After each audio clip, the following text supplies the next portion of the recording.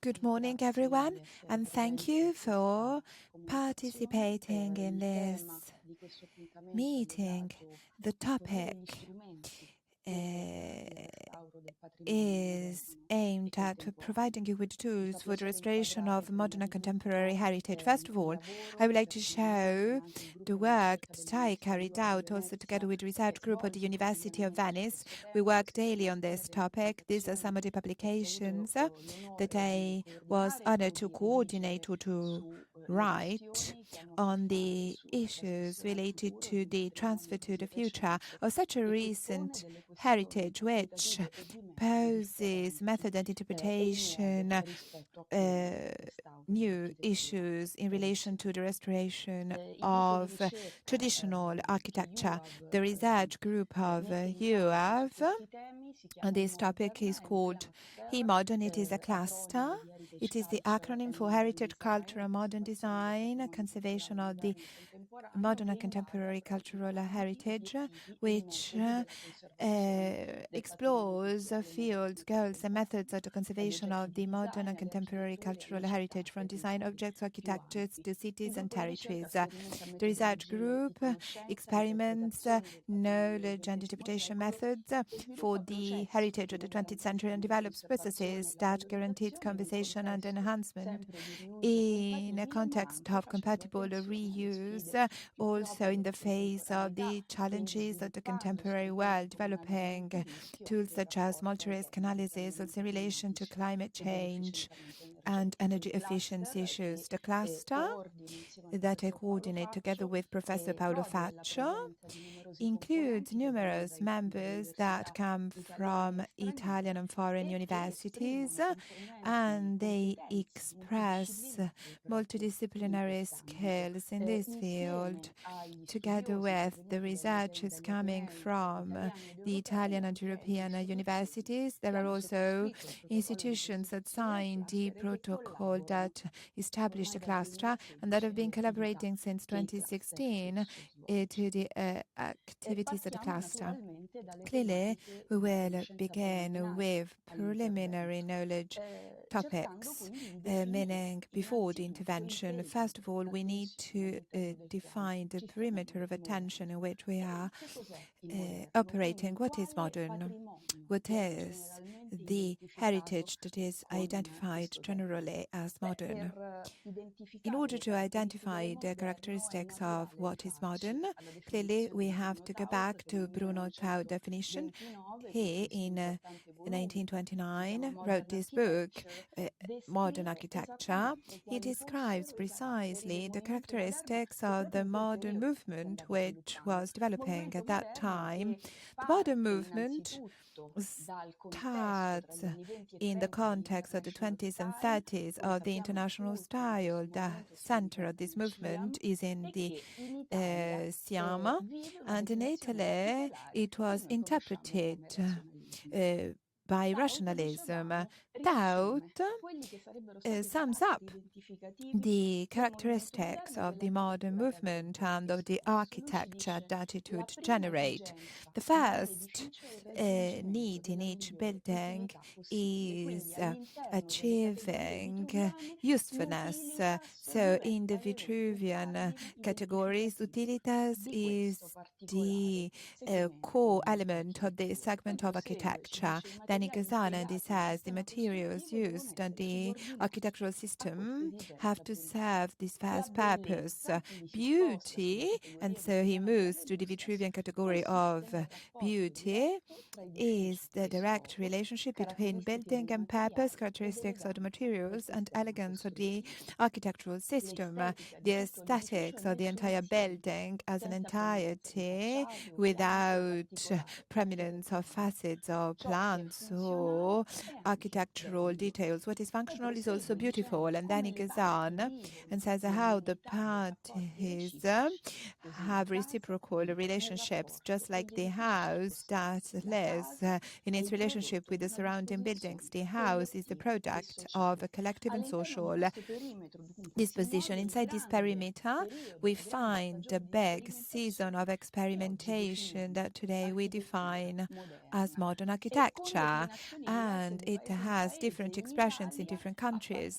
In Italy, starting from 1914, thanks to the contribution of Sant'Elia, there was a field of this context. It was futurism, and the manifesto of futurism poses one of the crucial issues that appear when we are called to preserve and restore the works of this movement. Sant'Elia says that the fundamental elements of futurist architecture will be transience and frailty.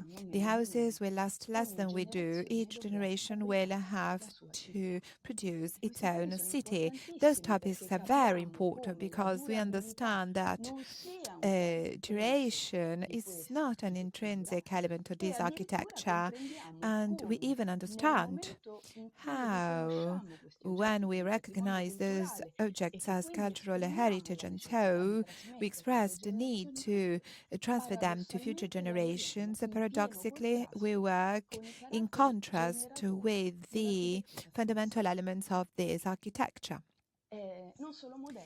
Not only modern, in the last years, the focus for the near past has expanded to the buildings built after the Second World War. In Italy, there was an important operation carried out by the Ministry of Culture and Contemporary Creativity Department. This is called Conservare il Presente, Preserving the Present. That is related to this recent heritage of the second part of the 20th century. Clearly, treating those architecture means recognizing some topics and some open issues that are already typical of the buildings before the Second World War, so the first part of the 20th century. But it is also true that with these objects, the time distance in order to interpret it culturally correctly is shorter and shorter. So Agamben helps us in this with a book entitled What is Contemporary?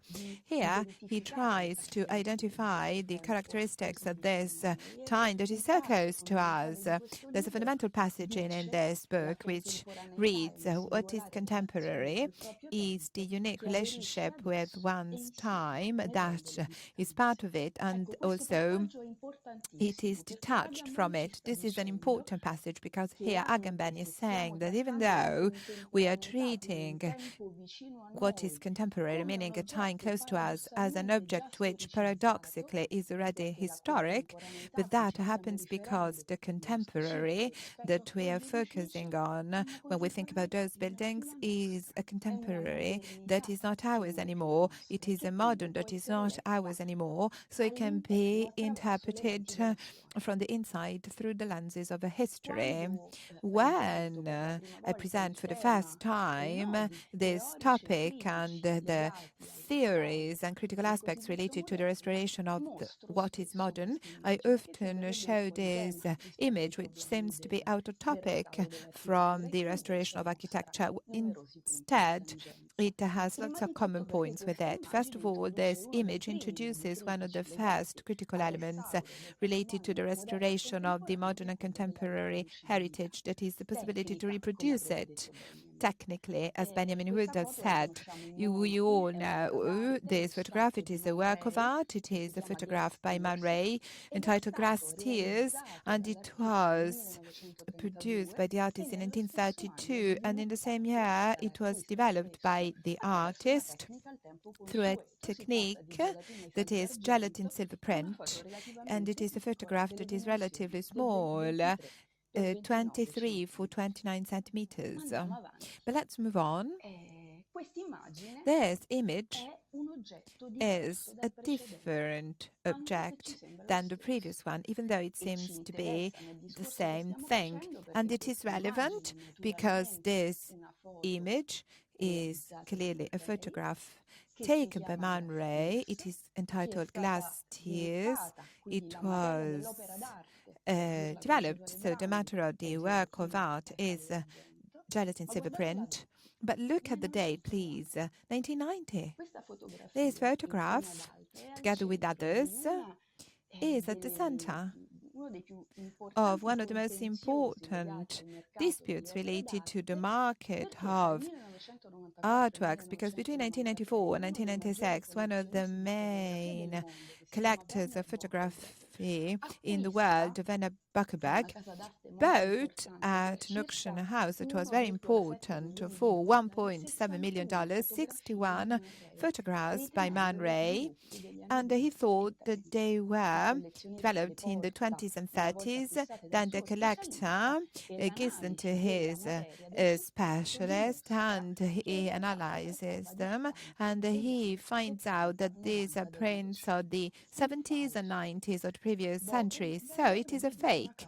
So Buckeberg then wins the dispute for millions of dollars. But let's focus on this. Is it really the photograph taken by Man Ray last year? Yes. Is it gelatin silver print? Meaning, yes, it is the same material of the previous image.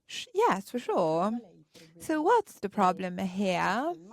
This image shows that the originality of matter, even if it is possible to reproduce it technically, doesn't solve the problem of it being recognizable, the same one of antiquity.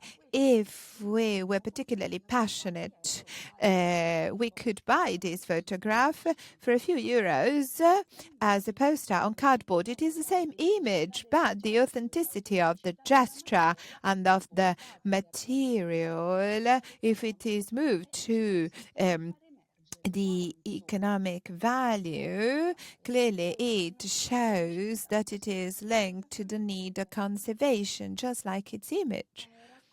So, speaking about the cultural context topics in which the restoration of what is modern requires that we move from the Weissenhof of Stuttgart case, which is universally recognized as the first construction site for restoration of modern architecture.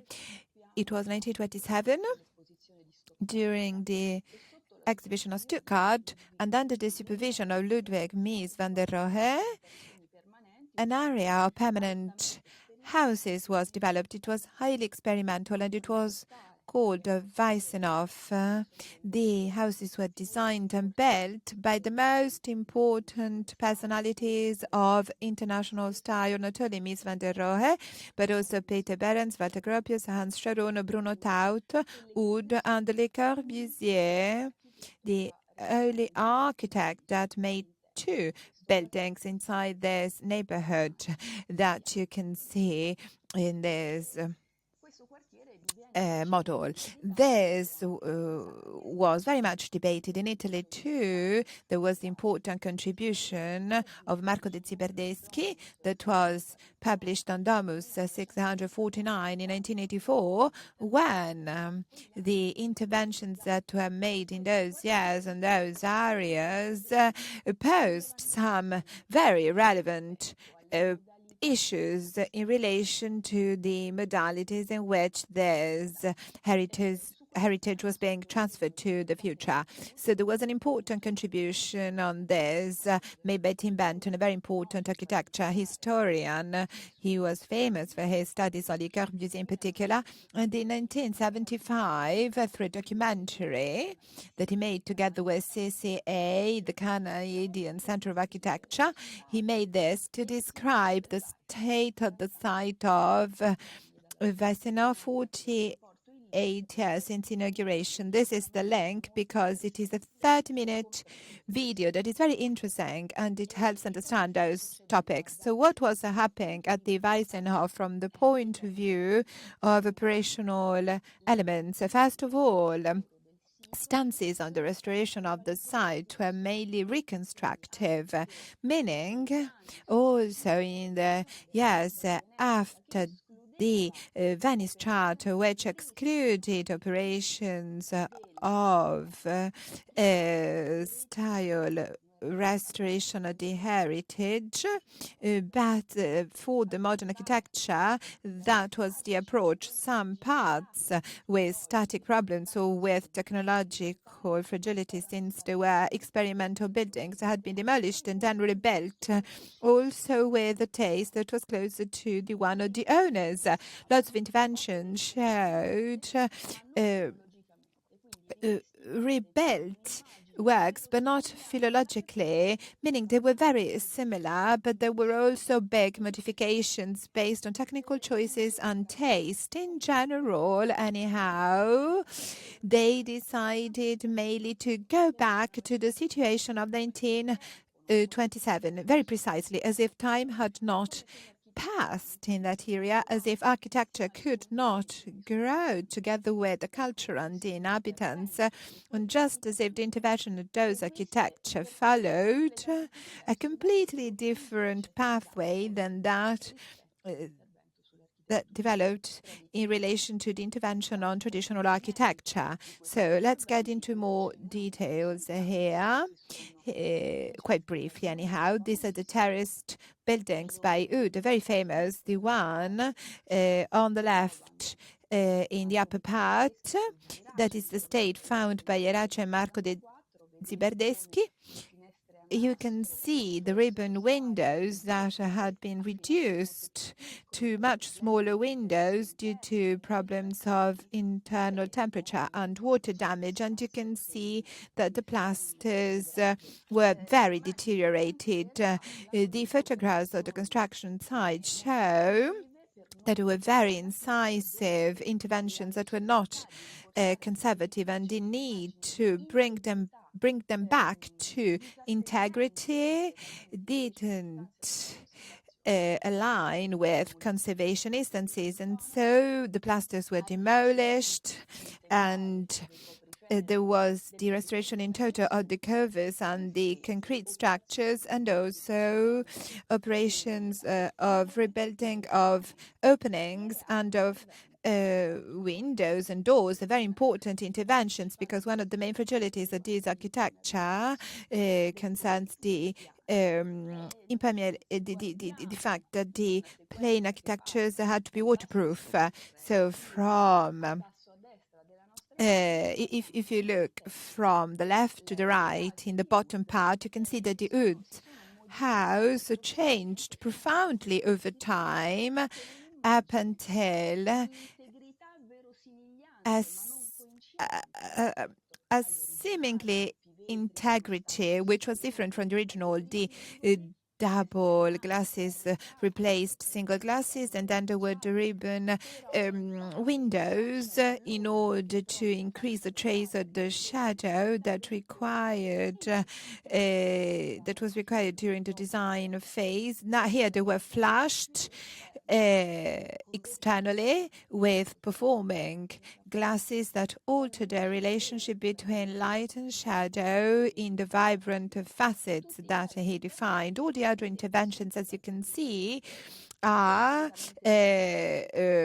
rebuilding interventions. The open windows were lost and the plasters were lost. It is hard to find the work made by Oud.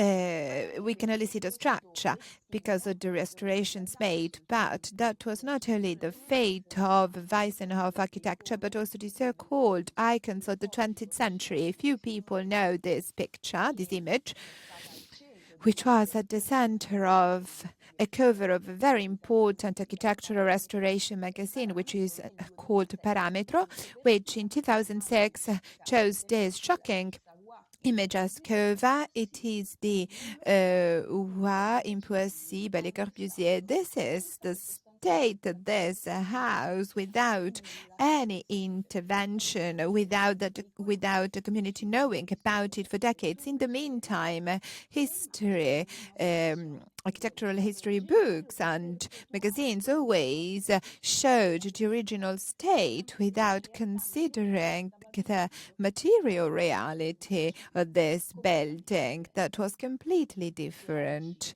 if today we visit this Viceroy, we can see that interventions made, different sequences of interventions, and you could read important studies made by Susanna Caccia and Carlo Olma of the last years. And these are important restorations, so very incisive in this case too.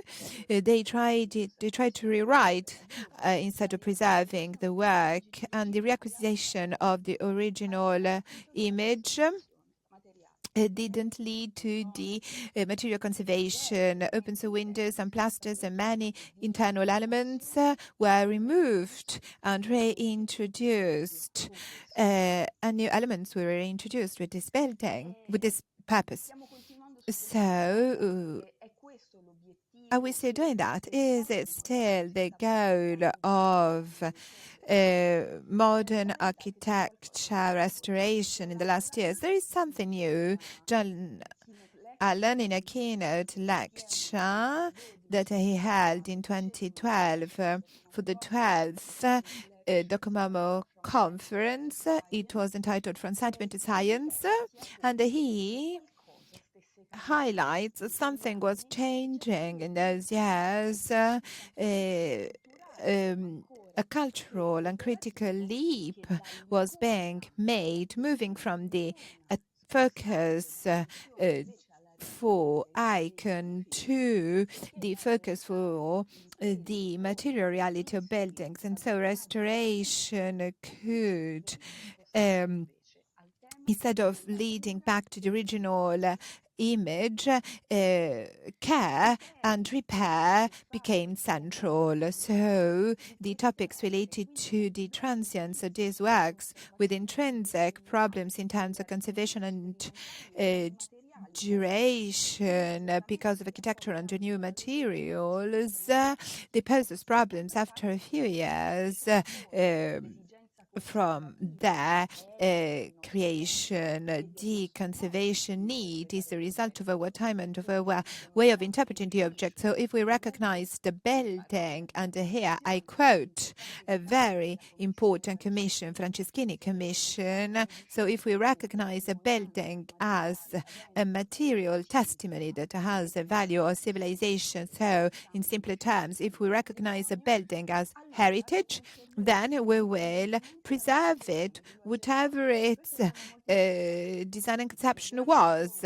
That's a very important topic. If we face an object which was built with the goal of not lasting, anyhow, this characteristic of the building can be partly denied by the need to preserve an object which today is national and international cultural heritage. Then there's another topic related to the signs of the time that deserve or technically can be preserved in this architecture, and we do it with traditional historic architecture. And so is it possible, is it correct to do this also for modern architectures? And what are the technical and cultural implications related to conservation, but also to the perception, visual perception of this object? There is the topic of fragility of the modern architecture, which is well known, and it poses conservation problems that are new and serious, and they demand to do research and to develop techniques and solutions that have to be available on the market of products and restoration techniques that are more often available for the professionals in the fields. In the photographs, you can see that these are experimental Italian builds. The Casa Cupola by Dante Dini in Costa Paradiso. It was built in 1970-71, and not only it is completely abandoned today, but also it shows serious conservation problems of an architecture in concrete mainly. And there's also cement bases, and there's the marine spray. This house was built on the extraordinary coast of Sardinia. And then there are other photographs of the problems of conservation of experimental Italian objects. This is the house in Fregene, built in 1968 by Giuseppe Perugini. Here, you can see that not only there have been pathologic modifications, meaning the deterioration of structures and surfaces in reinforced concrete that were not maintained. There was no maintenance at all, and so the mechanism of deterioration of those materials that have become faster and faster and more significant in terms of architecture. Then on the other side we can see a series of physiologic phenomena, just like the biological parts of the surfaces, which paradoxically enrich and this material and make it more complicated, and it's become interesting for some architects. Gioponti and Scarpa think about the maturation of concrete thanks to patinas and the time passing on it. There are interpretation problems and not only conservation problems related to very recent architecture. This is one of the last architectures by Giancarlo De Carlo, the beach club Blue Moon in Venice, which is very recent. From the beginning, it showed serious conservation problems. There was no maintenance at all in this case, too. Also in relation to metal structures on the beach, meaning in direct contact with marine spray, the problems of deterioration related to a lack of recognition of the value of the object led to all structures in metal being dismantled, as you can see in the front, with the deterioration of one of the most important architectures in Venice that were made by this contemporary architect. Then the topic related to fragility and transience of this architecture, it was introduced by Veste de Jong in 2017, together with Hubert Tankett. He's one of the founders of Docomomo International. Veste de Jong introduces a very important topic, meaning that the introduction of strict technical and functional criteria has made obsolete lots of modern buildings, even if they still guaranteed their original performance. I show this together with a picture of Maison La Roche-Anneret by Le Corbusier, made in 1923. This is a photograph that I took in 2016.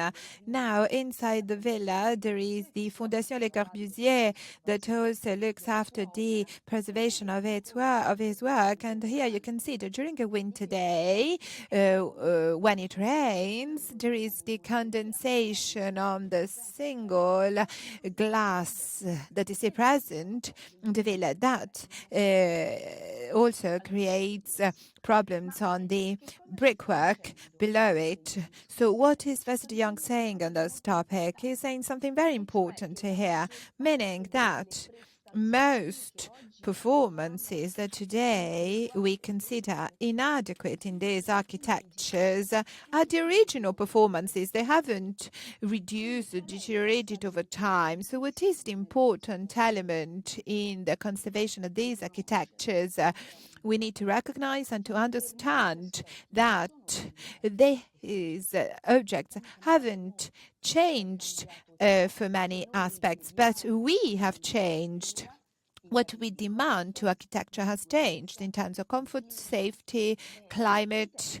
All those topics are very different from those that led to their creation. If these new topics become essential criteria of restoration, would totally disrupt these objects that are so characteristic and so fragile, so fragility and choice not to accept these fragilities as intrinsic characteristics of the experimental element of these works can be found in many interventions.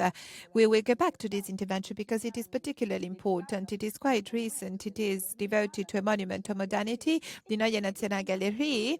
Here you can see pictures that I took years ago. These are very serious problems of condensation on the glasses that had been replaced because they were very fragile, and they are linked to the metal structure. And then there is the setting up of the construction site for a long intervention of restoration that Chipperfield architects made and concluded in 2021. Fragility in the behavior of these architectures, which also is related to the impact of interventions made without real planning and control of their impact on the works. This is a photograph by Roberto Conte, a photograph of contemporary architecture that is particularly attentive to these issues. It goes to Chandigarh, the Palace of the Assembly by Le Corbusier of 1951. Each concrete block has the windows, and it is covered by external units of air conditioning. Here you can see how much our need for comfort has changed inside objects that actually pose these critical issues, and isolated interventions like this humiliate architectures, even in their constitutive elements such as refinement of the facades.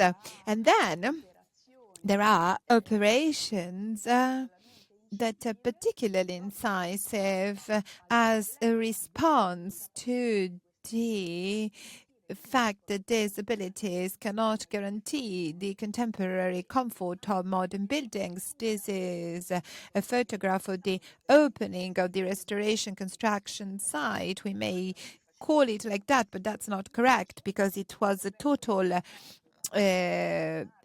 because the building was rebuilt. This was made by Mark Sexton Architects and Gani Harbo between 2002 and 2005. There is a technician destroying the non-performing glasses that were replaced over time, various times, because of the malfunctioning of the structure. And on the right, you can see a photograph of the Crown Hall that was completely rebuilt through the intervention of the new. The glasses were replaced with more performing devices and materials for the activities carried out inside the metal structures, and the locks were replaced with devices that could guarantee better performances for contemporary needs. And so we can say that the image of the Crown Hall seems to be aligned with the original cultural heritage. The issue of the thermal behavior of these buildings and of the problems related to the interventions made could be expressed by many examples. This is a recent intervention made in La Tourette convent by Le Corbusier and Xenakis. The windows with single glasses were completely rebuilt before the perimeter frame, and here you can see the double glazing and the white that alter the relationship between the glass and the opaque surfaces, but also it alters the essential character of the elements that were imagined by Xenakis and Le Corbusier. These are examples that are very close to us. This is the former Casa di Risparmio of Venice, a very important architecture in the historic center that was made by Nervi and Scatolin between 1963 and 1972. On the left above, you can see a photograph that was shown in local magazines in 2024 in order to meet the problem of graffitis on these surfaces that were in experimental concrete made by Nervi, and then there was white paint that was added to it. It completely changed the relationship between the various materials that were mounted on this very innovative structure. What does it mean?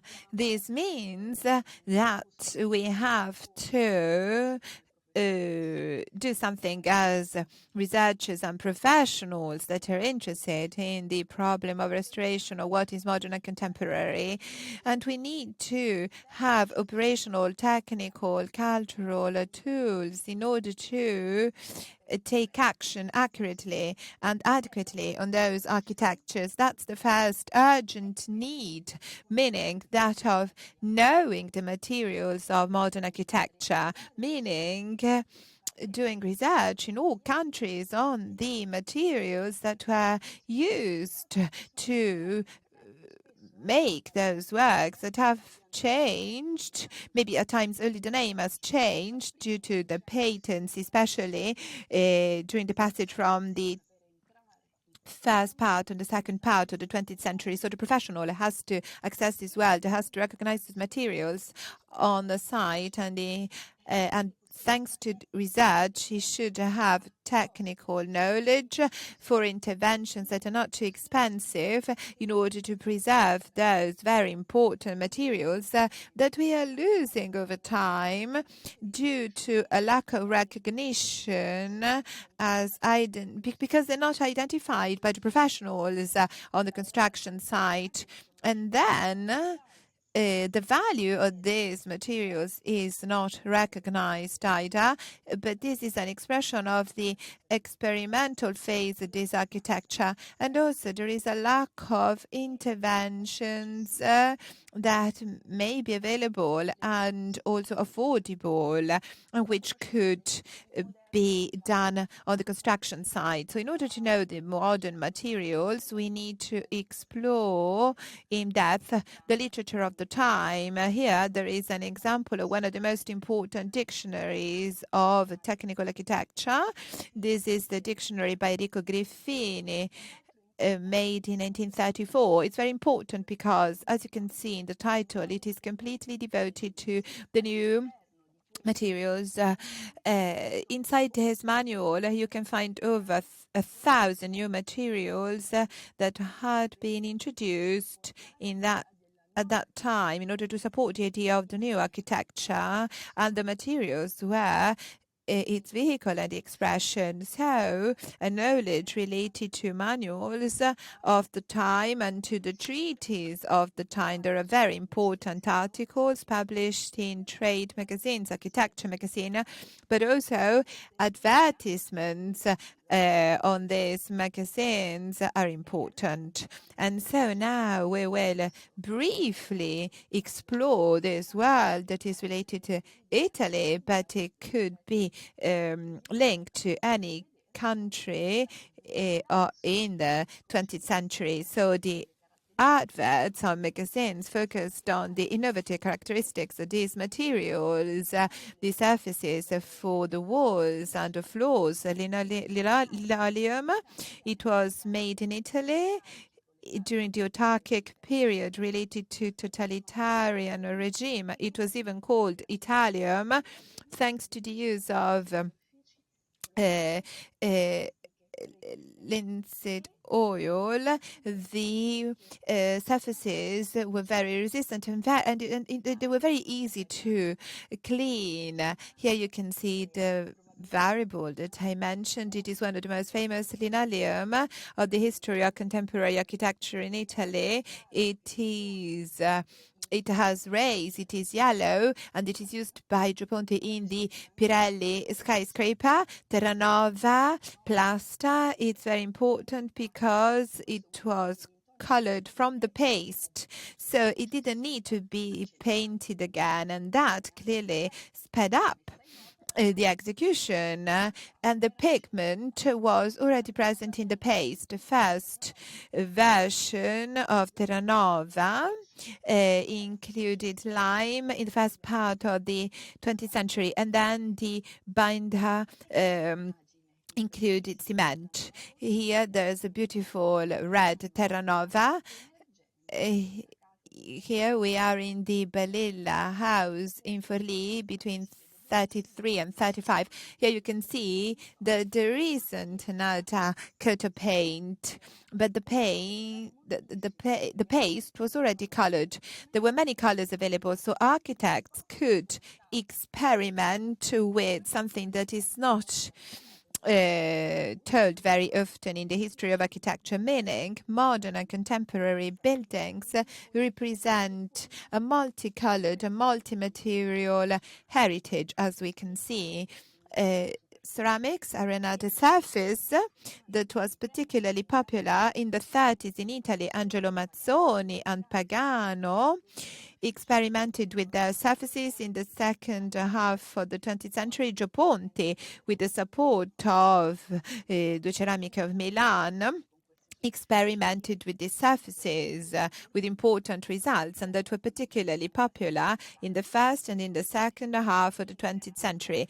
Clinker, another version of the modern pietra ceramica, that was its name in the adverts, and that covered surfaces of architectures that were also made very rapidly in order to celebrate fascism and for propaganda of fascism in the first half of the 20th century, and then they required more orderly and more precise surfaces later, and very rapidly they could be applied to the facades.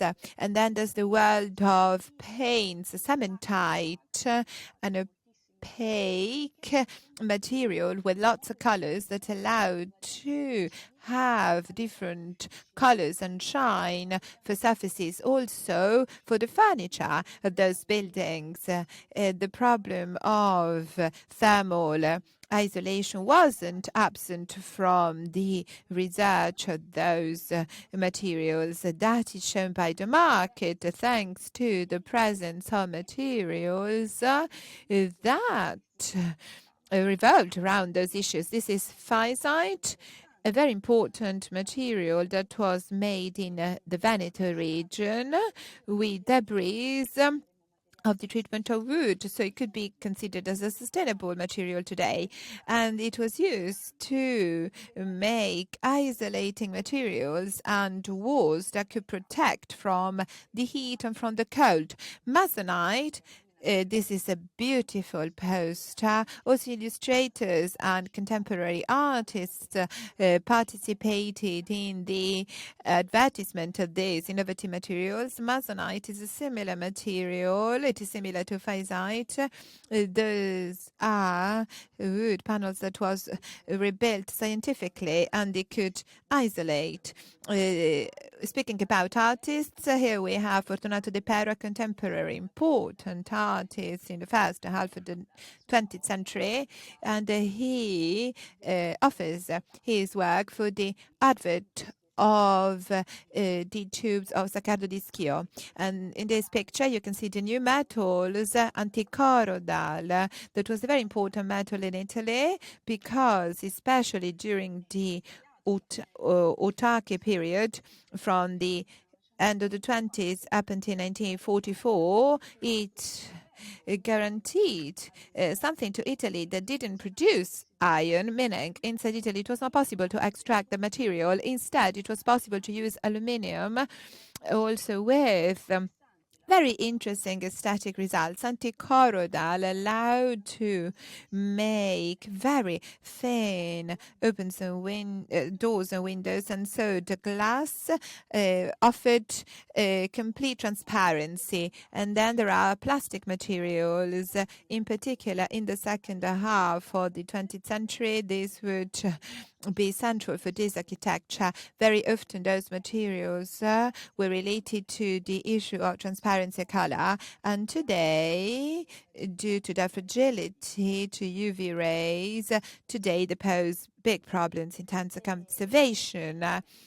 So, together with the knowledge of the topic and the materials of architecture, there is another important element. We need to do a correct historic research on the buildings that are the object of interventions. This should be based on secondary or indirect sources. This means bibliographies made on those objects, but also the possibility to study directly the documents related to the design of those works, thanks to archive of modern architecture that are numerous. Luckily, they document many details of the designing phase of these objects. Then there's something very important from a diachronic point of view.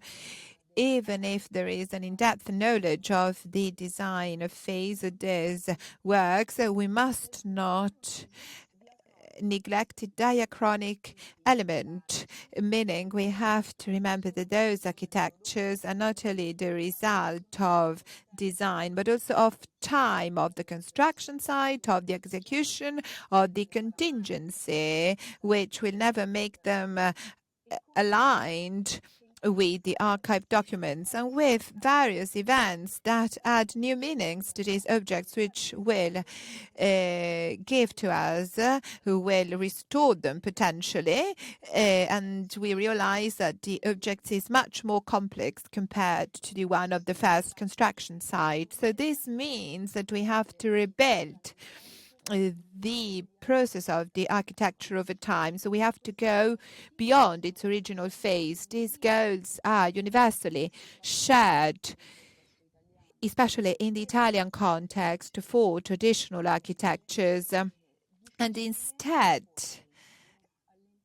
it is hard for them to be included in the field of restoration of modern and contemporary. So these buildings are different. First of all, we should allow past to express itself as it settles on the building that is modern, as it settles on the ancient building. Then we try to understand the meaning of the young, recent layering. Then time becomes the matter of the project. As I said, time means the contingency of the construction sites and all those elements that define the process of the building, and that leaves marks on the building, and we need to interpret them. And then time has to be grasped by the professional as an element and the tool of the project. Raphael Moneo says this very clearly in an essay entitled The Solitude of the Buildings. Very effectively, he says that every building becomes autonomous after its construction ends. This means that at the end of the scaffolding phase, the life of the buildings begins, just like the process that the person looking after restoration has to interpret. Then there's another important study on these topics that considers the preservation of modern architectural heritage and reuse. That is the book made by Bruno Reiklin and Bruno Peredretti, and I invite you to read it in order to explore this topic further. Knowledge and observation. This is the dichotomy that is the cultural basis of the project of conservation. The role of the sources, as we said, it demands that we go beyond the authorship, the essential knowledge of the matter of modern architecture, from the context of these materials to bibliography, up until the knowledge of the factory and the construction site. The need to work with accurate surveys meaning we shouldn't think that the document in the archive that is related to the project can be used as a basis for restoration. Instead, we should make detailed surveys, at least with 1/50 scale, because graphic simplification reduces meaning. It harms the interpretation process and also the quality of the project. And then we have to go beyond the time of the restoration construction, of the restoration site. We need to think about a process that doesn't end with the restoration intervention, but it demands to define a diagnostic project and a monitoring project that can accompany those architectures, especially the most important ones, over time. Paolo Montorsi is a researcher of conservation of contemporary art. In 2013, he tried to highlight this issue, and they did it very well. So he focuses on this field of conservation. He says conservation over time of any work is determined by the following three factors: the materials that make it, the execution technique, and external conditions. The conservation of a contemporary artwork, but it applies also to architectural works, contemporary architectural works, shouldn't pose, in theory or practically, problems that are different than those of ancient art. But that is not the case. The materials of artworks of the 20th century are new, but they're not safe because they're not stable because of their modernity. The process of aging of those materials, Montorsi says, hasn't finished yet. Indeed, we perfectly understand what he's saying, and we agree, but no, aging of materials has finished, since it is the result of the interaction between the material and the context in which the architecture is located. That also applies to traditional materials. And what is relevant is that we do not know most deterioration processes of contemporary materials, and so we will have to fill some gaps. As you've understood during this meeting, you've understood that it is a huge field, cultural and theoretic references for the restoration and conservation of materials of modern architecture. First of all, we should say that cultural references are the same as historic architecture, because restoration of modern architecture is not separated. It belongs to the general restoration. It is based on the same cultural and theoric and critical elements, and it has to face interpretation and technical problems that are new in some cases, but it is fully inside the context of restoration. And in this context, we cannot neglect the words of Professor Amedeo Bellini, who in 2005 presented his definition of restoration. It could be surprising, but he said it is not possible to preserve everything. Everything changes. Some objects fulfill their function by consuming themselves. In some cases, it is not technically possible to preserve. In other cases, permanence contradicts vital needs. The authenticity of the material is an essential guarantee of truth, and we cannot rebuild. That intervention becomes another stratification. Restoring, meaning going back to the original image, is illogic.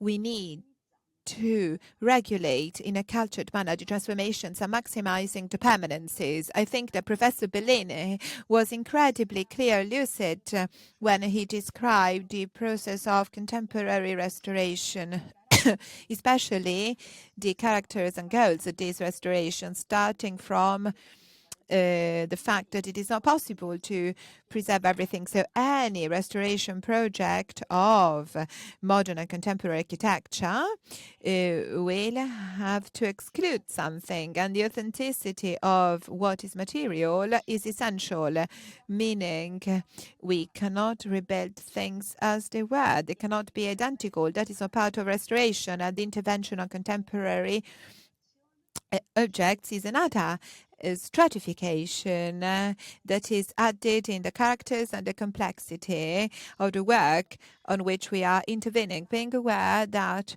restoration means regulating the transformations that clearly we cannot stop. And the impossibility to preserve everything is expressed very well in contemporary literature, meaning in this tale written by Borges entitled Ficciones. It was wrote during the years of these architectures, meaning 1942. In Ficciones, Borges speaks about Funes. He is a man that remembers everything. He cannot forget anything, not even the most insignificant details of his daily life. So this man, while remembering everything, may arrive at the end of his days. He dies for pulmonary congestion, but symbolically this man dies under the pressure of his memories. There's an important message that shows that remembering everything, meaning preserving everything, is not a tool for conservation. When Borges tells us, we, with only one gaze, perceive 3 glasses on a table, and Funes perceives all the branches, the clusters, and the grades from a pergola. He knew the austral clouds of dawn. So on the 30th of April, 1882, these memories were not simple. Each image was linked to muscular feelings, thermal feelings. He could rebuild all the dreams of his sleeping, all the images of his slumber. So conservation means selecting, meaning through the complex process and painful process, we need to understand. It always has to be shared. We need to understand what works will be given back to the future as heritage, and we need to focus on them when we want to preserve something. Restoration of modern architecture then means managing change. As an important charter reads, it is a charter on restoration of 2017. It is known as Madrid-New Delhi Charter. It reads, managing change. Those are words that are always reiterated in an international and international context. That is an essential part of the process of conservation for the maintenance of the cultural meaning of authenticity and integrity.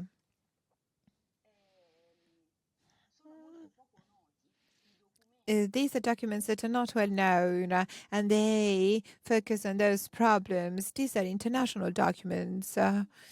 And they focus on the problems and topics of conservation of modern and contemporary heritage. These are the restoration charters devoted to architecture in general, but they focus on traditional architecture. Then there are other documents that are less known, and they should be at the basis of knowledge when we have to restore modern architecture or contemporary architecture. First of all, we need to go back to 1991 with the recommendation number 9113 of the Council of Europe on the protection of the 20th century architectural heritage.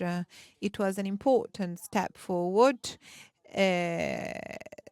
especially the one made between 2017 and 2021. And in this period of time, 3 charters were drafted, and they're very important. The first one is the Madrid New Delhi document, approaches to the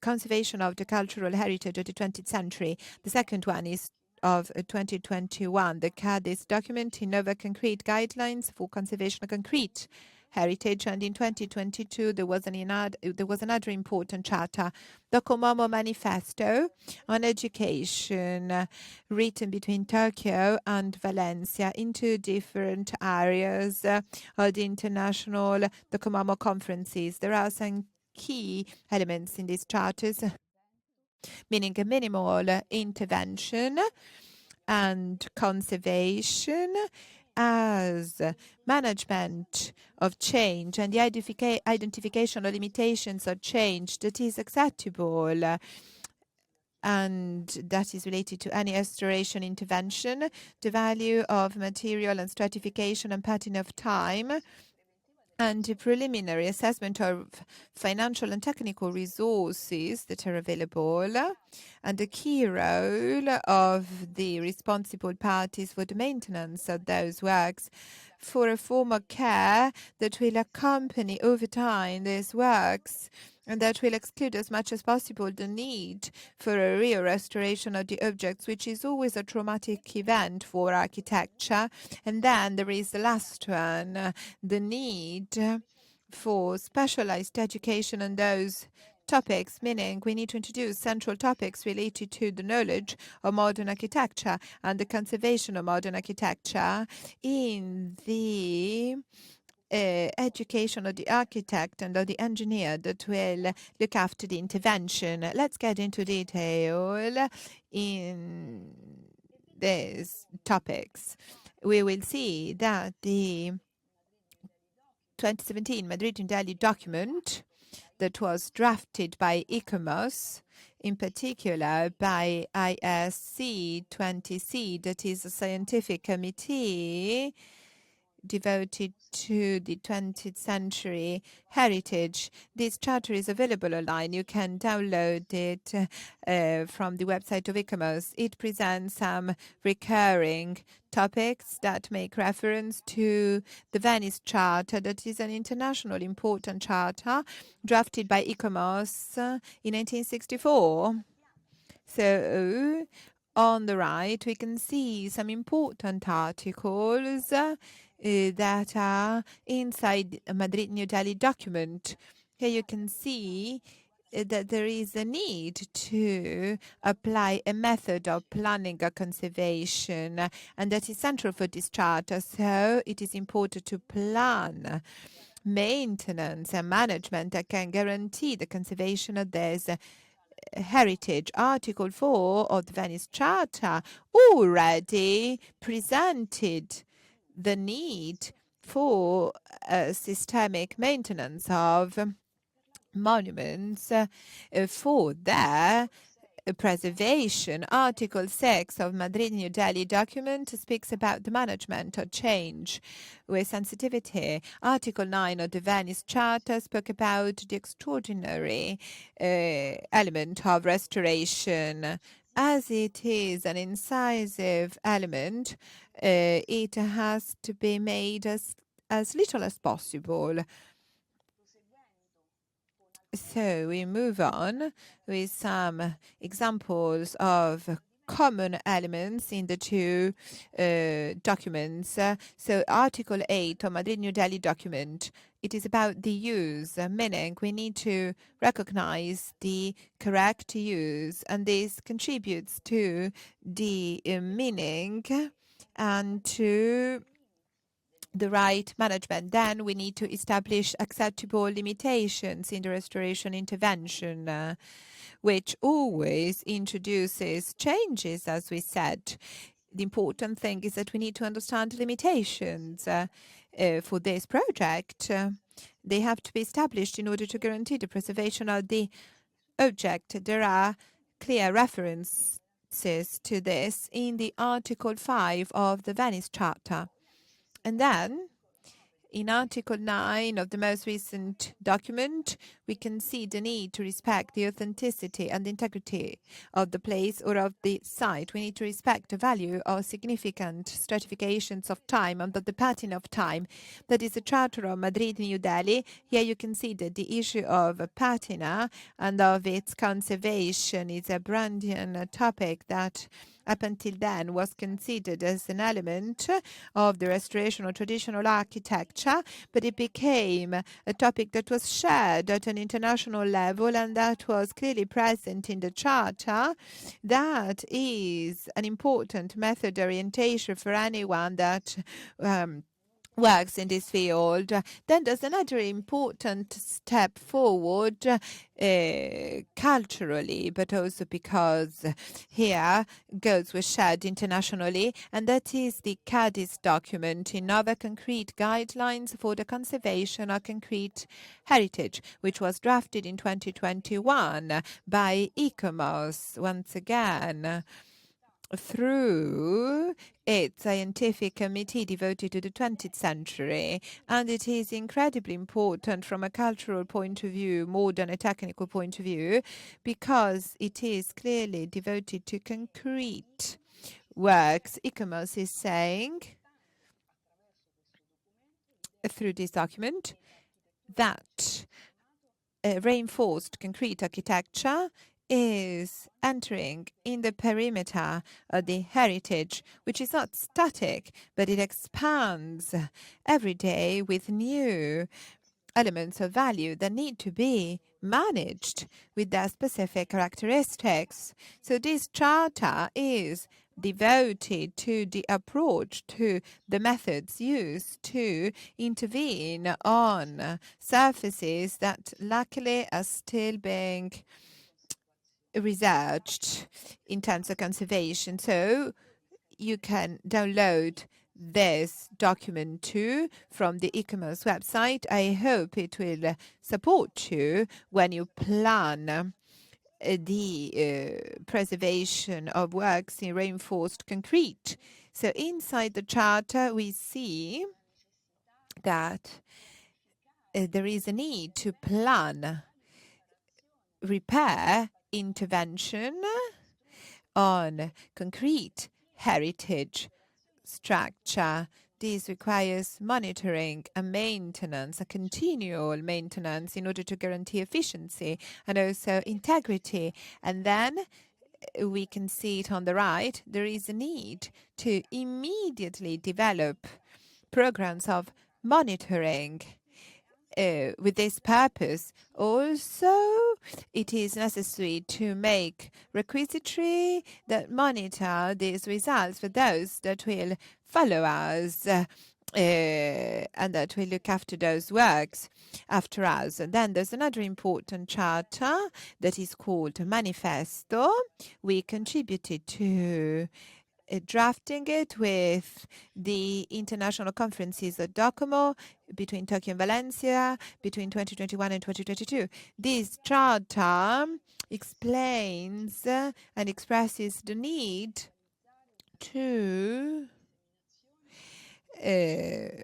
realize occasions of dissemination and university education and education in general in relation to the preservation of those works, because architects and engineers should be educated on those matters in order to have the right knowledge and tools to take action on those works. Such knowledges and tools too often are just things that have to be acquired empirically when we start our work. So the manifesto has just a few points. Here you can see that the goals are the following. We need to document the characteristics of those works. We need to preserve and reuse this works, because usage is among the main tools of conservation of those objects. We need to develop educational projects related to conservation of those works that can and should maintain open access in order to be visited whenever it is possible. We need to recognize the critical elements of modern heritage. We need to understand and practice preventive conservation.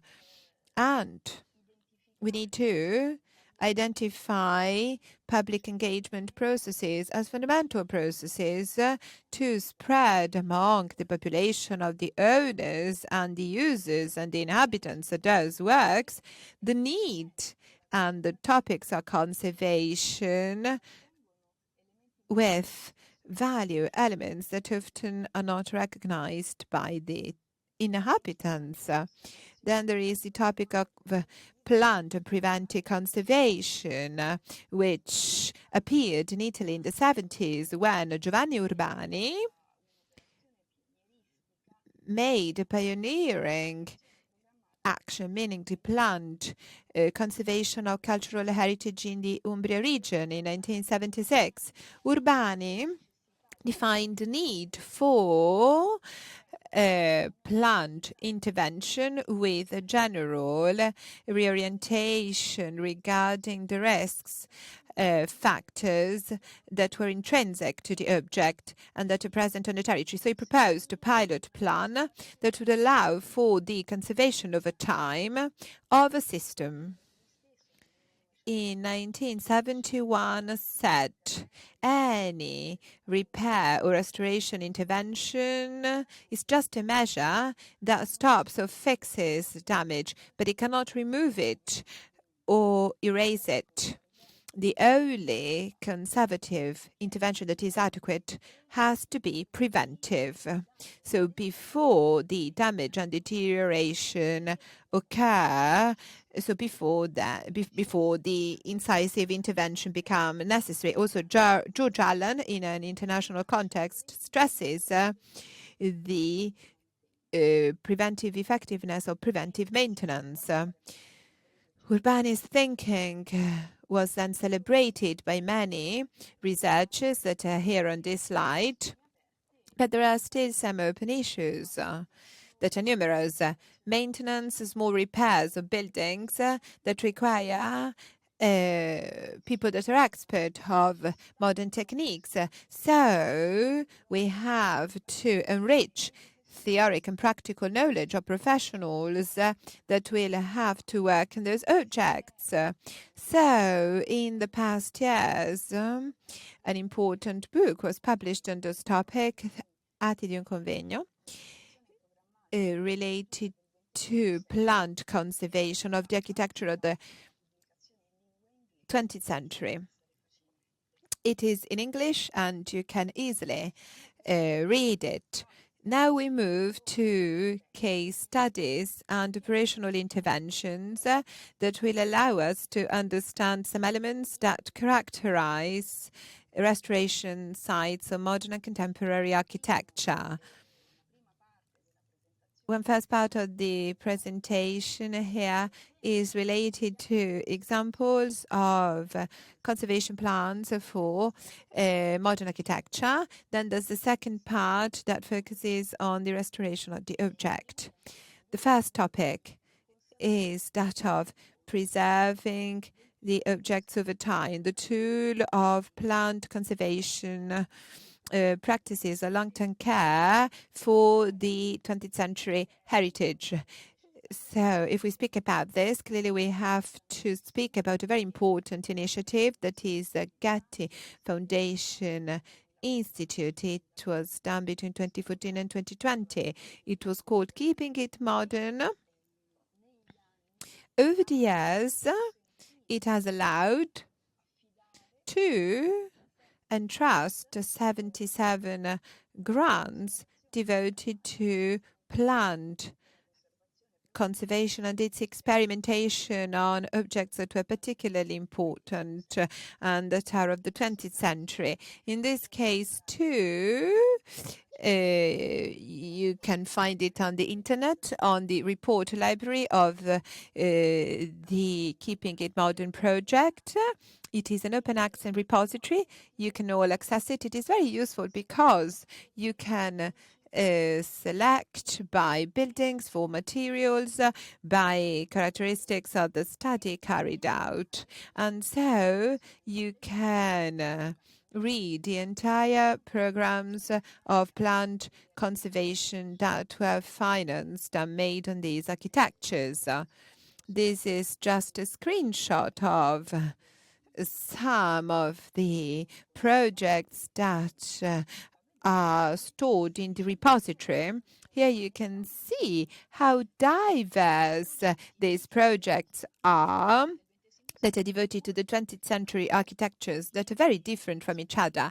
And they express a wide range of technical operational possibilities, but also very diverse methods. Then there's the program of the plan of conservation that is based on a plan of knowledge.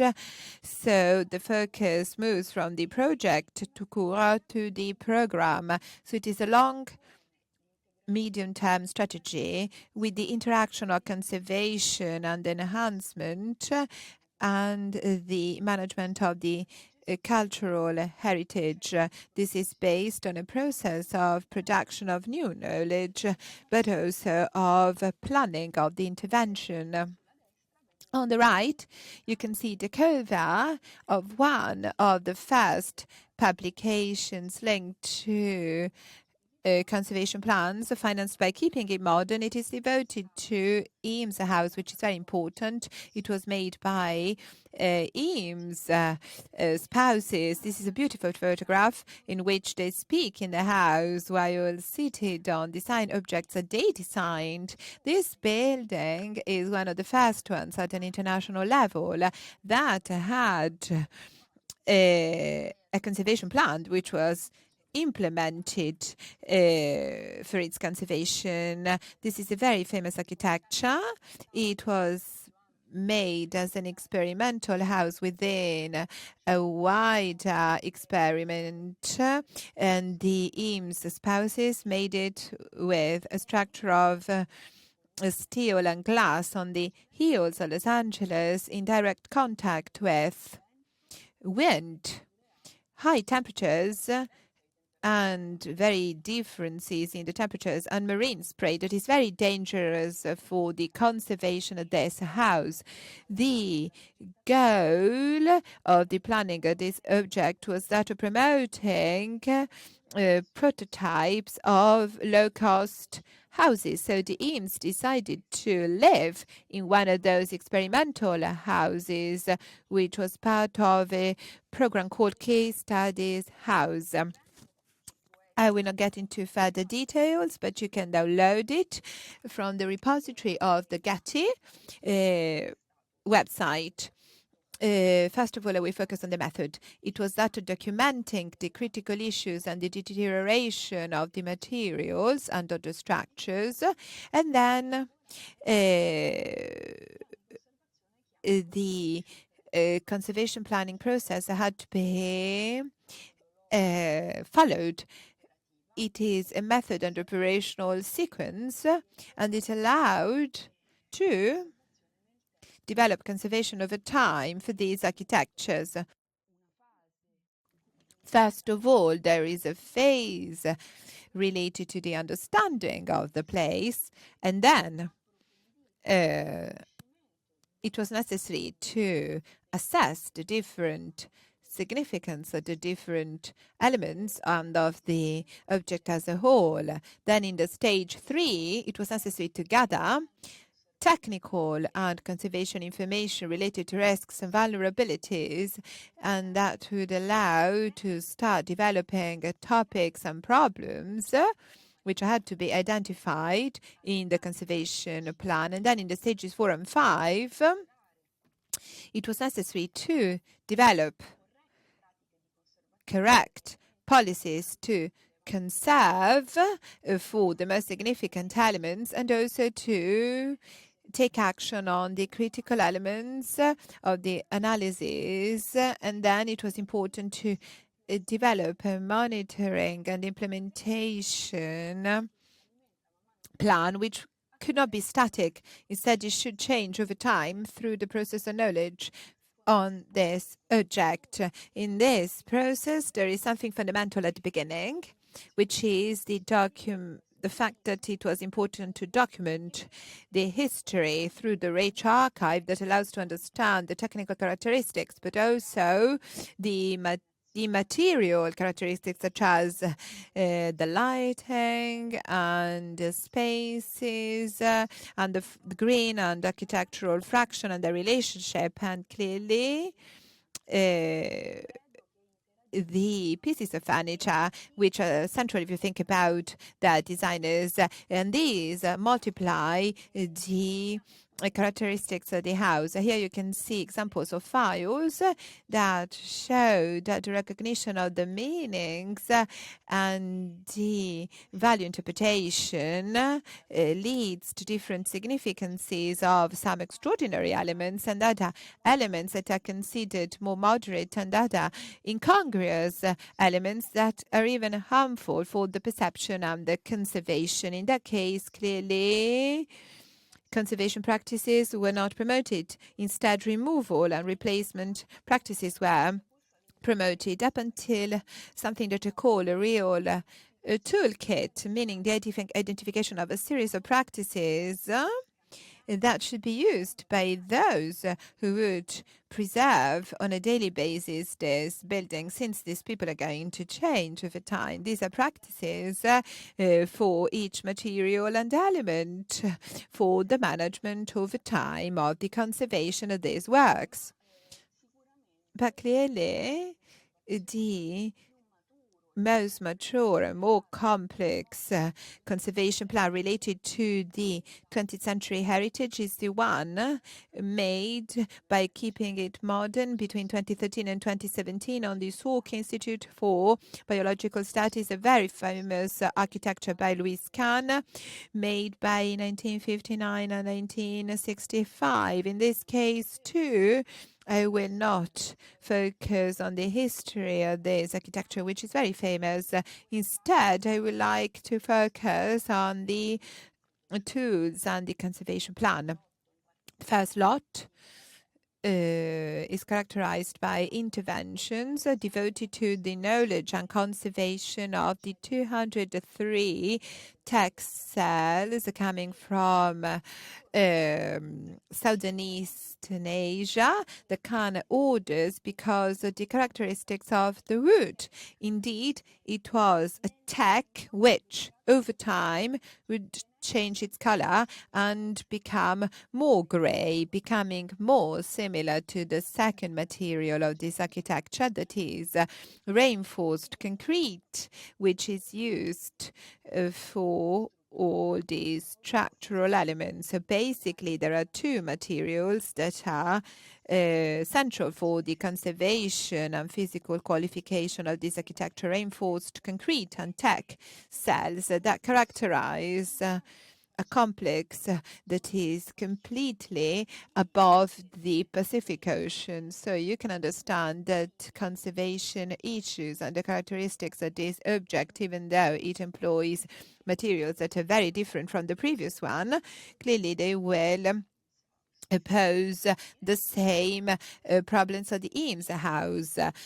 These buildings are 2 hours away from each other. If you move from one to the other by car, and they're both near the ocean. So here you can see the impact of this object, its qualification with changes, with the different lighting, and the relationship with the site that is always in the background. Here we can see this archive picture in which you can see the site in which this medical experimentation center was made. The wealth of the archives is something that we've been focusing on. In this slide, you can see the execution, attention, and capacity from the very project that Louis Kahn established thanks to his skills. Here you can see the very high scale of the technical drawings that show the interaction between the concrete structure and the tech elements, and also the devices used to mount each element inside this complex. Clearly, these drawings are fundamental to understand the characteristics of the objects and also the logics behind this object. This is the very harsh picture that we can see here. Here you can see the state of conservation in the 2010s. Here you can see the surfaces. Unfortunately, the biological aggression, these are biological patinas and fungal attacks, and you can see rots on the tech, and this alters significantly the image of this architecture, but also it poses a danger for conservation. Here you can see that those materials had been chosen because they would look like each other, but since the material darkened, it then became completely different from the other material, even if the architect had conceived it very differently. So thanks to the grant, there was a first diagnosis and monitoring phase, which was very important. Here you can see sampling of deteriorated tech cells in order to try to understand what kind of phenomena occurred, because there were different phenomena. There was the biological fraction with the fungal attack and extended rots, but also the salt attack due to salt crystallization, due to the presence of the ocean that is very near. So in this case too, there was a value differentiation for this site, which grew very much over time, didn't stop at Louis Kahn work, but over time it was expanded with the contribution of other architects. The area was divided into sectors that were given a different value. So not all segments of the area were considered as having the same conservation care. Clearly, the architecture designed by Kahn were considered more relevant. So this conservation plan was devoted to tech cells first, and then it would be extended to the surfaces in concrete. Here you can see that the drawing is essential for the conservation plan. First of all, it allows to understand the functioning of those cells made up of tens and tens of single elements, and then also the hardware was complex and also the grasping was complex with this reinforced concrete. This allowed to attach a number and a name to each element, and then it would be essential for the conservation plan. Characterization of materials and construction techniques led to develop a new conservation intervention which would avoid replacement of original materials. Particular care was given to deterioration phenomena, also because of the characteristics of the surrounding environment. Here you can see the phases of diagnosis on wood.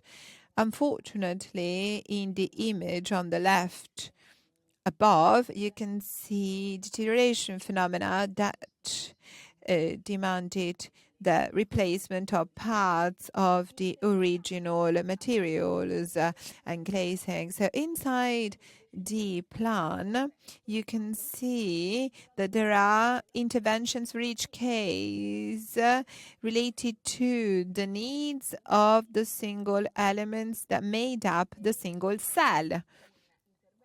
So this a minor intervention was based on simpler things such as cleaning, removal of harmful elements such as the protective films that had been put on the wood over time, but which were altered because of the UV rays. And then the minor intervention clearly was devoted to the elements that were in the best state of conservation. Then there was the moderate intervention, which implied specific operation that aimed at improving the ability to of the materials to be waterproof, and also their capacity to be moved on the binary, because that capacity had to be brought back. Then there was the major intervention for more deteriorated elements.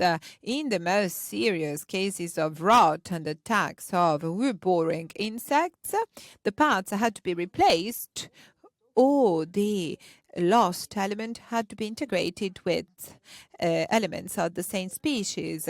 Well, in this case, it was possible to replace some parts that are considered as deteriorated in an irreversible way. Then the mock-up was made in the pilot site in order to assess the interventions emerging, starting from the impact of the replacement of new elements inside an old cell, a pre-existing cell. And also here we have the impact of protective films that should not change the original color of the material or make it more glossy, since it is not characteristic of tech cells, and Kant did not wish for it.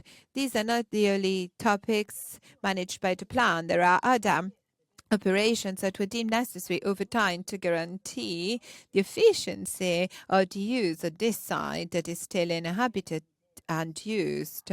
Then there is the issue of sustainability and the possibility to add solar panels on plain and hidden surfaces, and also the possibility to update the plant respecting passage characteristics and geometries that were defined by Kahn, up to strategies that would guarantee the respect of original lighting as an integral part of the characteristic of the architecture. This is a very beautiful photograph. It shows the intervention on concrete thanks to the plan. I am talking about intervention, but it is actually an ongoing care project that is guaranteed over time. And also, this is the current state of conservation made possible by this conservation plan here. And here you can see its result on the tech cells. I advise you to see other interventions on the Getty website. They are numerous. There is the one at the Boston City Hall, and there are other interventions that you can see on the slide, on this slide.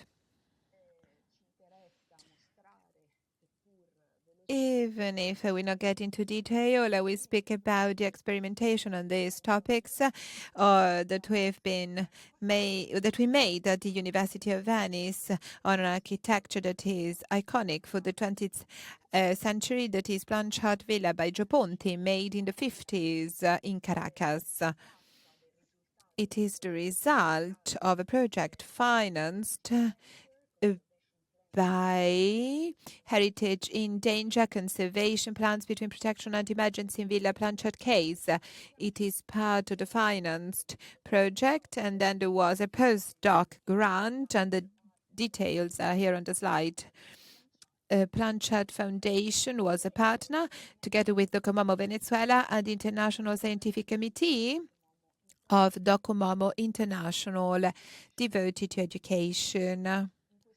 In this case, the tool, the conservation management plan, was developed according to long-term innovative strategies that should allow to orient and govern over time all the necessary interventions of project and the safeguarding actions related to some urgent cases in the villa. That was an important work carried out in order to gather all the archive documentation stored in 4 archives in the world between Caracas, Parma, and Milan. These documents showed that there was an extraordinary dialogue between Joe Ponti and the Blanchard family and the local technicians who made this work in Caracas. Understanding this project process and its contents allowed to develop various value elements, but also critical points that put into danger the conservation of the villa. All of them are related to intrinsic characteristics of the materials that were used. The project developed in work packages. First of all, the bibliographic and archive recognition. Secondly,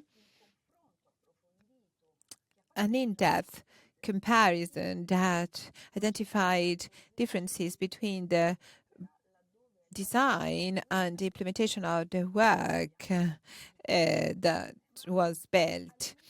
And also it is completely nurtured by the goals of the project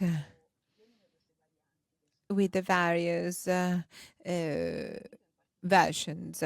Then the in-depth study was devoted to the covers with the different colors and materials that characterize Ponti's architectures, in particular this visionary villa that he would make together with the Blanchards. The work package 3 aims at developing a diagnosis project that can define the necessary actions to delve deeper into aspects which could not be verified through the archive documents. So this work package requires to work on the field in order to develop the contents necessary for the implementation of the conservation plan. These are the hundreds of the files made also to present this incredible work to the party that ordered this work. There are archival documents that define important parts, such as the reinforced concrete structures and their sizing up until the differences that are shown here, meaning the differences between the project and the construction site through the analysis of what was actually built with a request for diagnosis surveys, which led to the real plan.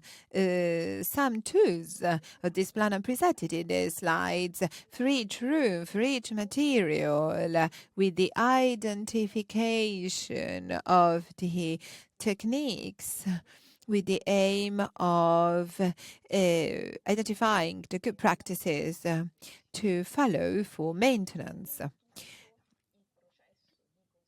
Not the entire process of conservation of modern architecture and contemporary architecture can be managed by a conservation plan. Sadly, at times it is too late because of the deterioration characteristics of the materials, because of some urgent elements in relation to conservation, to usage, to accessibility of some works, and also because of the request related to the particular attention of some works because they are icons of modernity.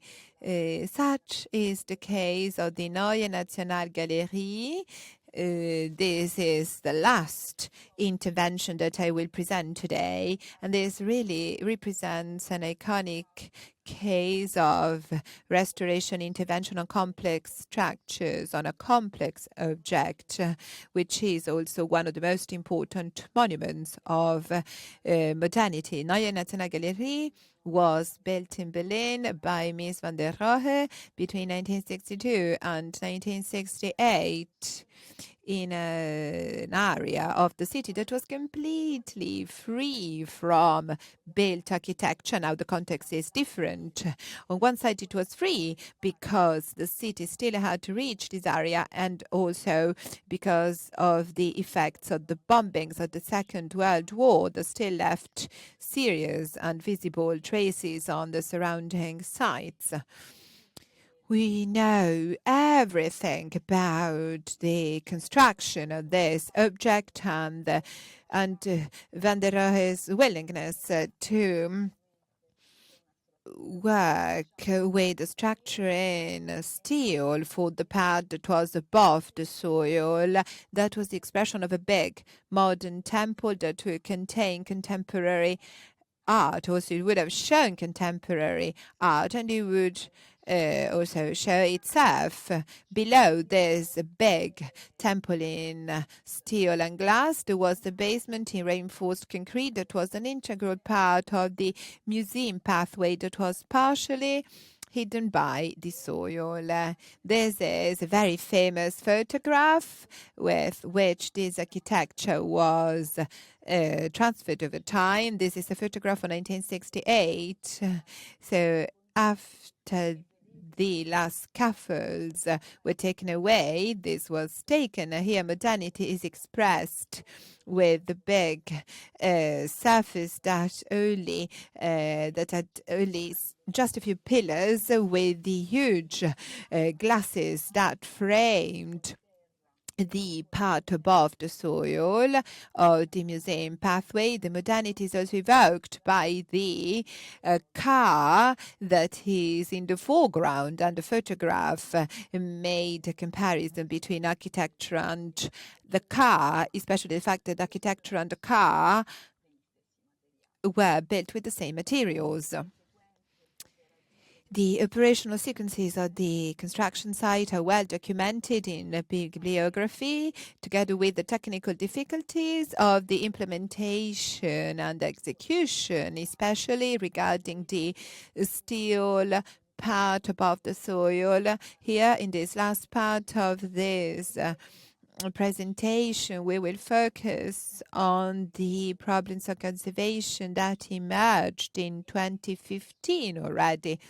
First of all, the generalized deterioration of the materials that were all industrial production materials, in particular iron and glass, and in particular the interaction with the iron and glass, which I will describe later, and also the deterioration over time of the plant components, which were not adequate for a big contemporary art museum, and also the fact that the functional spaces of the museum were not adequate in relation to the needs of the subjects that ordered the work over time. Chipperfield was interviewed in 2015. This intervention lasted many years, and because of that the museum was shut down for many years, and Chipperfield presented the operations he would carry out with three important sentences. The first one is this: as much means as possible, meaning I will bring back Mies as much as possible with this museum. With this sentence, the architect wanted to explain that not only the structure, but also the idea of architecture by Mies would be put at the center of the operations that would be carried out.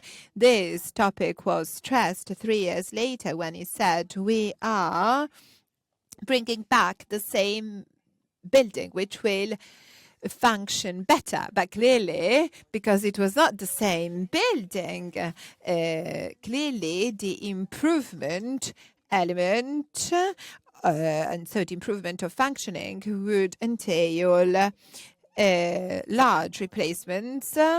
There was a beautiful conference on those replacements.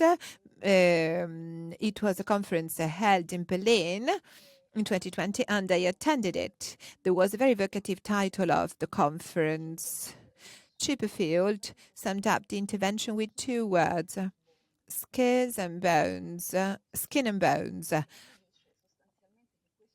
Basically, he said that this building would be recognizable through these 2 characteristics: the skin, meaning the wrapping, the glass wrap that surrounds the temple above the soil, and the bones, meaning the structure. So, in his interpretation for the restoration of the building, he states that the stable elements would be the bones, meaning the element that would identify this object, meaning the structure, means architecture. That is the most elevated authenticity, meaning the structure. So Chipperfield said that this would be stored with the best and more careful techniques of restoration. Then there was the skin, the wrapping, which presented conservation and performance criticalities. And in that case, intervention would be more incisive. And for each case, there would be replacement to improve the functioning. So there are elements of architecture that are linked to a time, and that would lead to replacement in order to improve. On the other side, there were timeless elements that would still be present inside the architecture perpetually.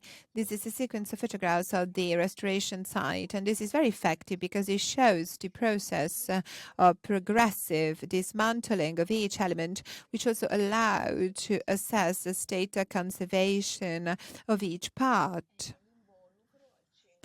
The wrapping, the shell is at the center of this reflection.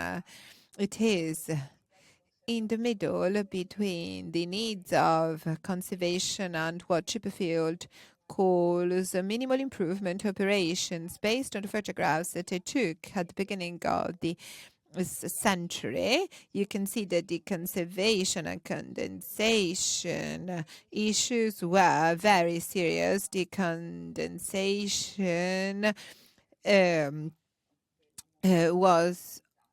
went down the walls and reached the carpet.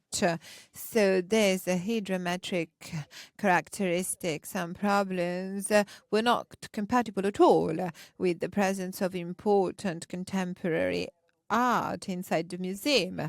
And also thermal characteristics were not compatible because it was very hot in the summer and very cold in the winter, so air conditioning was always used, and that was very expensive, and it was harmful for the artworks. If we look at the elements of the shell, and you can see it above on the right, and you can see that there are some vertical signs that divided the big glasses, large glasses. Sadly, the size of the glasses that are more than 4 meters high, singularly, were not compatible at all with the thermal dilation of the elements in iron.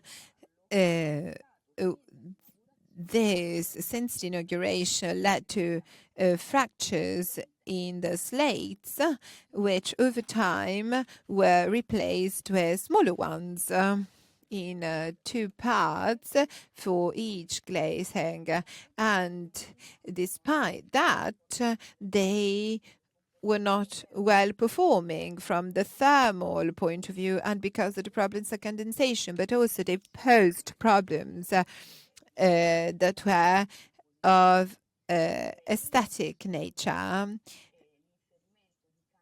at the bottom, you can see that some tubes were added in 1969, meaning straight after the inauguration, and they should contain, in part, the condensation which fell from internal surfaces up until the floor. So here you can see the problems that I mentioned, but if we focus on the metal elements, you can see that there were big problems of oxidation of the elements, which was leading to, was even corroding the material, and that would pose a problem for the static elements. So this is a part of the preliminary proposal of the project made by Chipperfield. That makes it very innovative in terms of method followed. On the left, you can see a planned presentation of the shell. The Chipperfield study firm proposes 4 different levels of intervention. Above, you can see the non-intervention, meaning the structure as it was would be kept as it was, with all its characteristics and fragilities and inefficiencies that we've just mentioned. So the first proposal, is the one that is called minimal improvement, which is related to the choices of the plan devoted to the Soke Institute. So minimal improvement choice was related to the possibility to focus the transformation on the glasses and the locks. So each glass was replaced by a vacuum double glass that was particularly thin. So only the locks would be replaced in this case. Then there was another possibility for the designers. There was a mixed version that was less expensive, and the doors and windows glasses would be replaced with highly performing glasses with the integral replacement of Mesian doors and windows. So in the mixed version, the only authentic part would be kept. The original part would be the structural element. And then there was another possibility, which was the one that was implemented for the crown hall. That was the technological correction of the object, meaning redesigning of the object, which would bring back an architecture that was different from the original one, but that had a similar image to the original one, which would meet all the needs in terms of performance and safety that are required nowadays for the new buildings. Well, I think that it was particularly brave and culturally important to choose the option of minimal improvement, which was chosen by Chipperfield.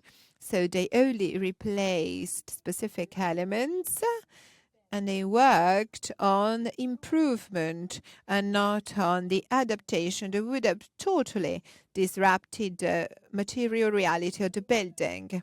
So they followed a strategy that is typical and universally shared for traditional buildings. On the right, you can see that the choice of minimal improvement probably would have required to put something at the angles that were more fragile because of the structure, and some insulating elements were added in order to reduce the risk of fracture of the glasses in the most fragile part of the shell. Here you can see a moment of the construction site that I was lucky enough to visit. And when the glasses were completely dismantled and they had been repeatedly replaced over time, some temporary slates were put here in order to make the structure more stable. And new glasses were put later on. Improving the functioning, betraying the idea. At the beginning of this presentation, we wondered whether restoration could contrast some original ideas of the architects that designed the works. For example, the element of transience. So some architectures are denied by the need of restoration. Here there are other examples. For example, there are the stances of Mies van der Rohe in 1969 in relation to the problems that immediately appeared in the functioning of hypogea area and also the part of the upper temple. He says such a huge hall surely poses great difficulties for art exhibitions, but it is such a potential that simply I cannot neglect these difficulties. So Mies knew perfectly the limitations of the shell of the glass temple of the first level, but the architecture idea that he proposed was stronger than the prerequisites for architecture for the exhibition of artworks. So Mies, when he was 81, refused to expand the functional areas of the museum in the basement with the goal of protecting the relationship between volumes, between the basement and the temple that are at the basis of the building. Mies decided not to take action and not to expand the basement. And that is Chipperfield's intervention. He chose to work, betraying a part of Mies' ideas in order to maximize Mies' architecture. In red, you can see the expansion of the area that is invisible from the outside, and that was made to allow for the restoration and storage of works that are not shown to the public.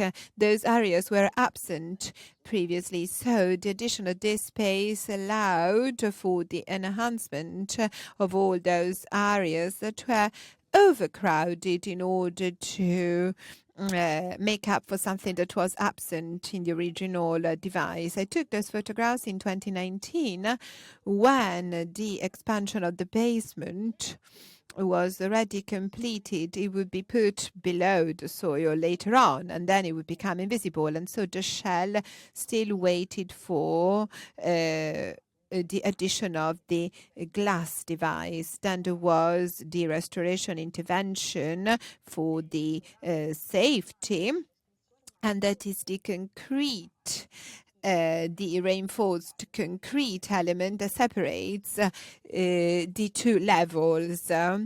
Localized patches were added in order to integrate with some physiological elements with this material. This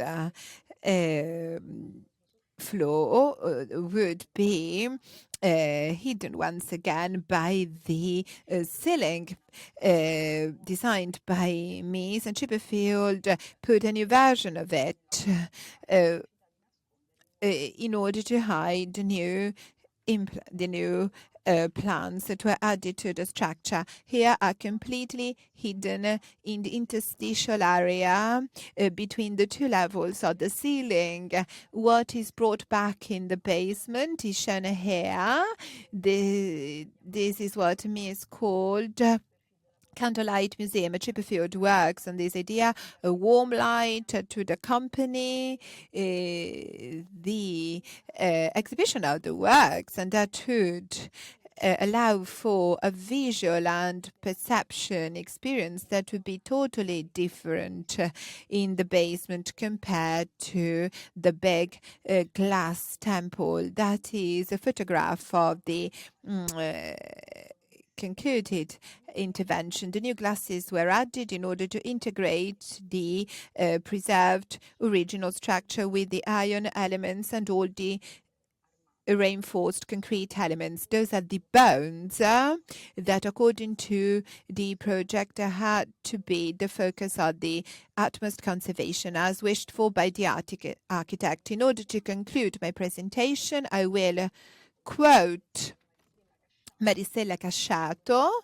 In 2009, she spoke about the cultural goals that always must accompany us in a modern and contemporary heritage restoration project.